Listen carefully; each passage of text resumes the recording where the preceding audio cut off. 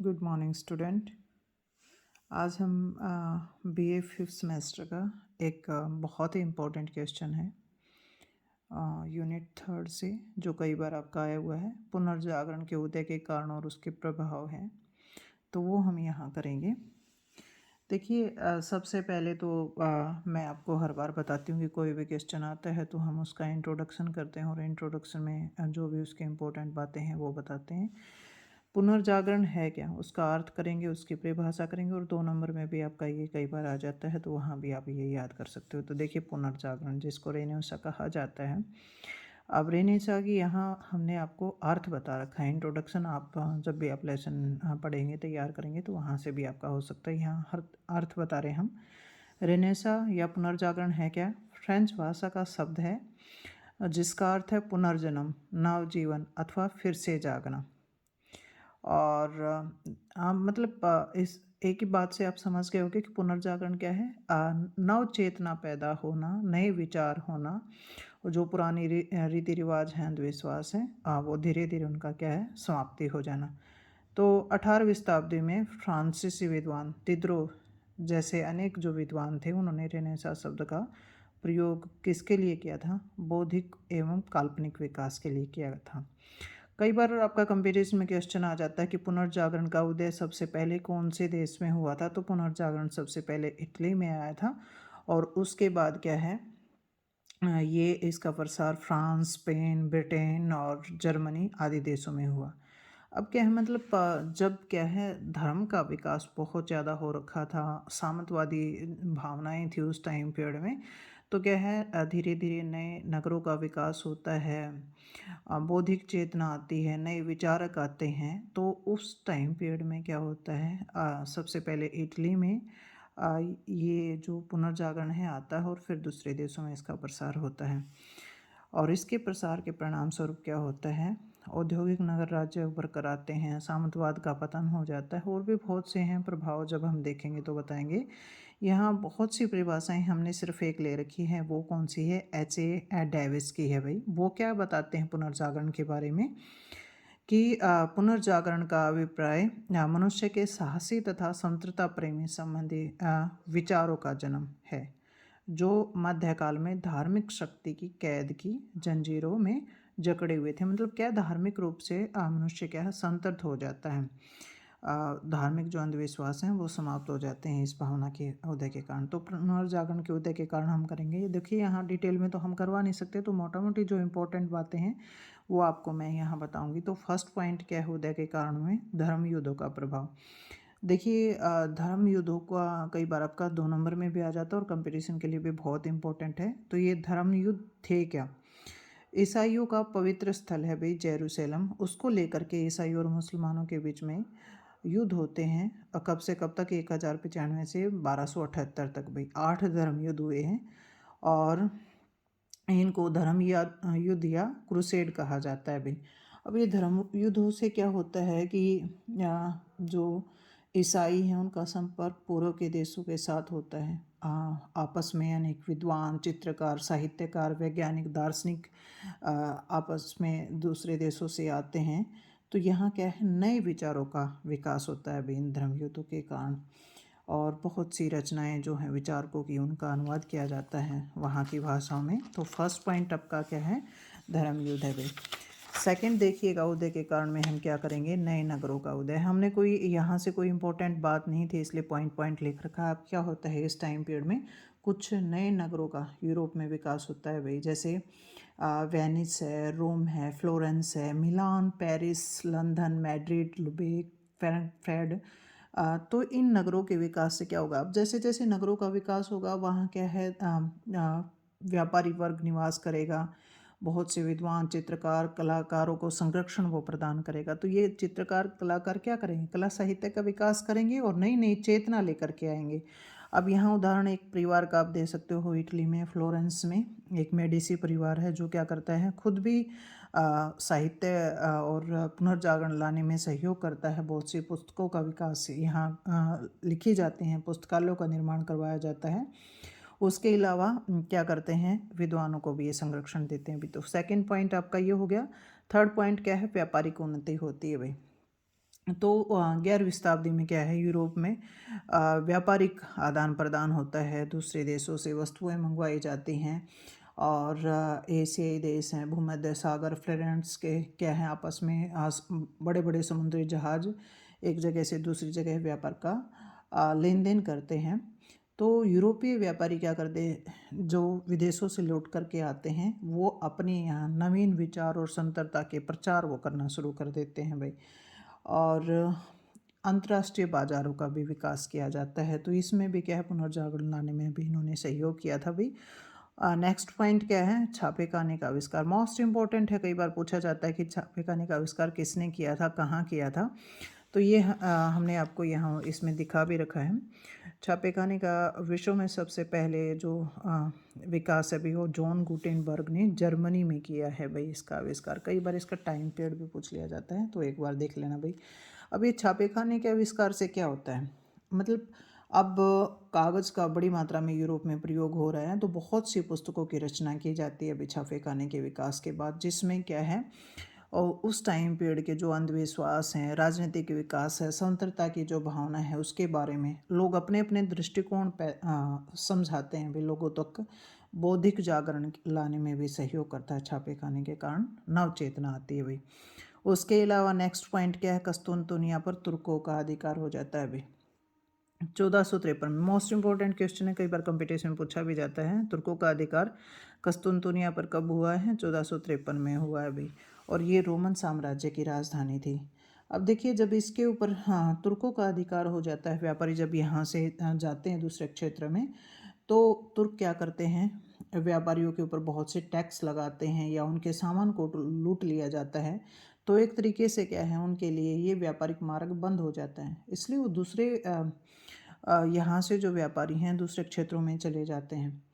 अब कई जो यूनानी हैं, रोमन विद्वान हैं, वो क्या करते हैं, यहाँ से बहुत से ग्रंथ लेकर के अपने अपने जगह पर चले जाते हैं और वहाँ अपनी जो मातृभाषा है उसमें उसका अनुवाद करते हैं। तो बहुत से जो ग्रंथ हैं इनके यहाँ पहुँचते हैं और यूरोप में क्या होता है, पुनर्जागरण का विकास होता है भी, वो नई विचारधारा को पढ़ करके। उसके अलावा है एक पॉइंट क्या बता रखा, मंगोल साम्राज्य की स्थापना। अब ये देखिए, मंगोल साम्राज्य की स्थापना करने वाला व्यक्ति कौन था, एक महान विजेता जिसको आप याद रखते हो अभी भी, चंगेज खां हैं। उसके बाद क्या करते हैं, कुबलई खां एक विशाल साम्राज्य की स्थापना करता है जिसमें रूस, पोलैंड, हंगरी, बहुत से देश शामिल हैं। अब वो विशाल साम्राज्य में क्या करता है, यहाँ पे बहुत से विद्वानों को, धर्म प्रचारकों को, व्यापारियों को, गणितज्ञ, बहुत से यहाँ पर क्या करता है, उनको संरक्षण प्रदान करता है। दूसरे देशों में भी इनको भेजता है, तो आपस में उनका संपर्क स्थापित होता है, विचार और ज्ञान विज्ञान का भी आदान प्रदान किया जाता है अभी।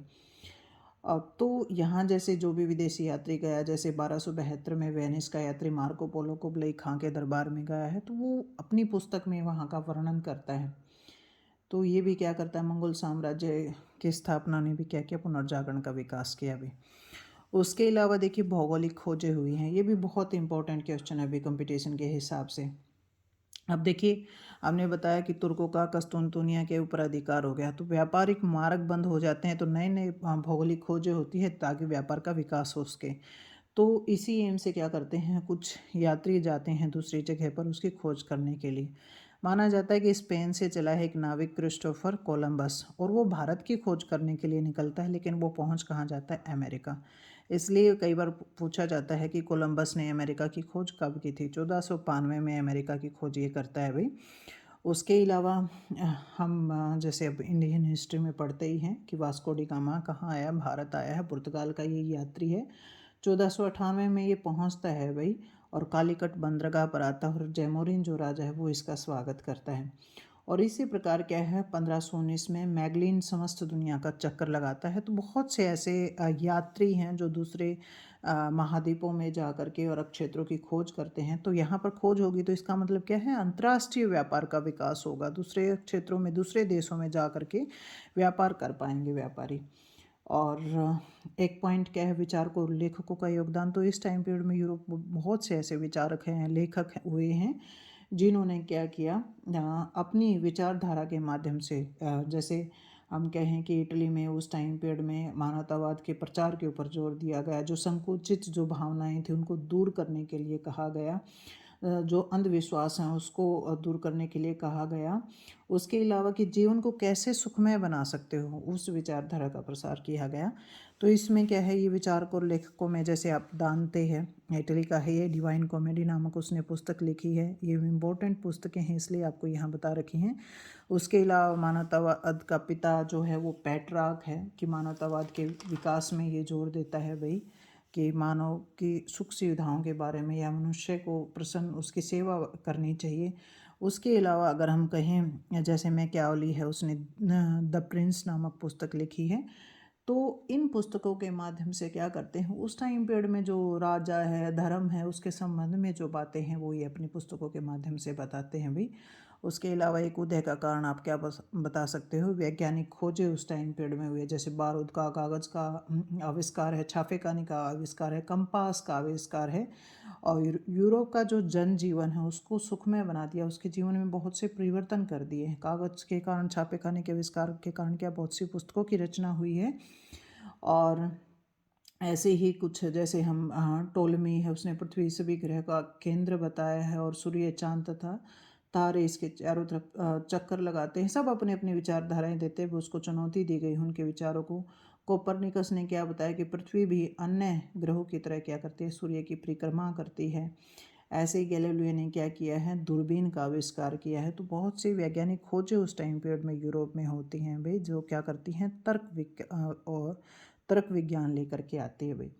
कुछ शासकों ने भी कुछ ऐसे काम किए भी, कुलीन वर्ग ने भी कुछ काम किए। अब शासकों में और कुलीन वर्ग में क्या करते हैं कि वो विचारकों को, विद्वानों को, चित्रकारों को, कवियों को संरक्षण दे रहे हैं, उनको सहयोग कर रहे हैं। और इसमें फ्लोरेंस या इटली का मेडिसी जो परिवार है वो यूनानी दार्शनिकों को, प्लेटो के जो दर्शन है उसके अध्ययन के ऊपर जोर देता है, बहुत सी पुस्तकों की रचना ये करवाता है भाई। तो ये क्या है, आपके सारे के सारे हमने पॉइंट यहाँ बता दिए जो पुनर्जागरण के उत्थान के आपके कारण थे। ये थोड़ा सा वीडियो थोड़ा सा बड़ा हो जाएगा, लेकिन थोड़ा सा डिटेल में ज़रूरी है भाई। फिर है पुनर्जागरण के प्रभाव। अब इसमें देखिए पुनर्जागरण के प्रभाव कहाँ कहाँ क्या क्या रहे वो देखेंगे।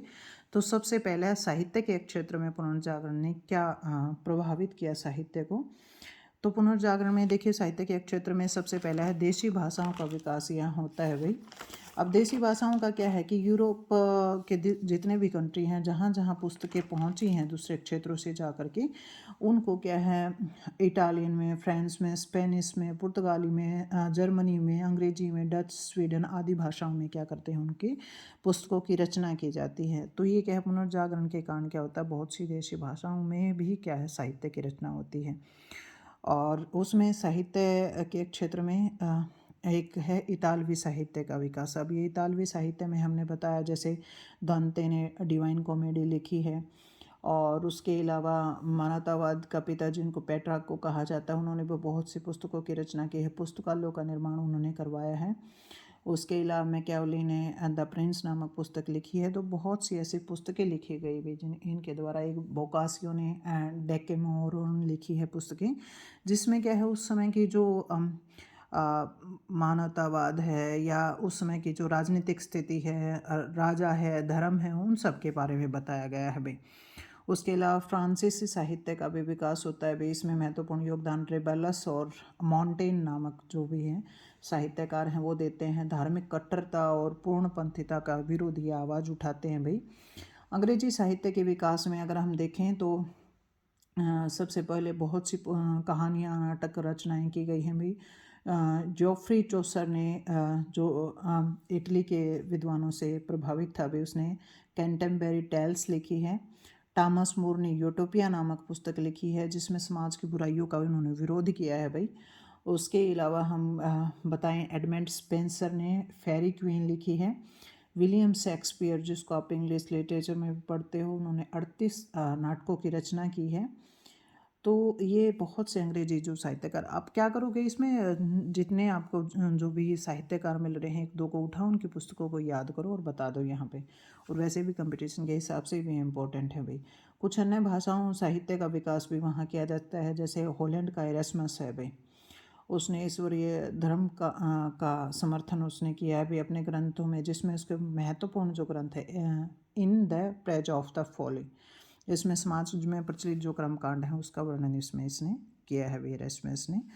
तो ये एरasmus का मैंने आप यहाँ बता भी रखा है। जो इम्पोर्टेंट क्वेश्चन जहाँ से बने हैं उसके जो पुस्तकें वगैरह हैं वो आपके यहाँ दिखाने का प्रयास किया। अभी सारा सब कुछ तो नहीं दिखा सकते।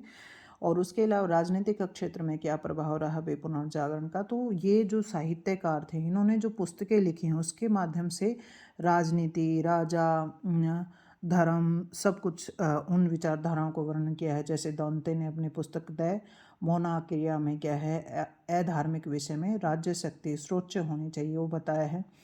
उसके अलावा फ्रांस का जो साहित्यकार है वो कहता है कि पोप का हस्तक्षेप नहीं होना चाहिए राजा में। मैकियावेली अपनी पुस्तक द प्रिंस में भी क्या है राजनीति, धर्म इन सब के बारे में वर्णन करता है भाई। और पोप और ईसाइयों ने क्या की है मैकियावेली की कटु आलोचना की है उसकी पुस्तक के कारण।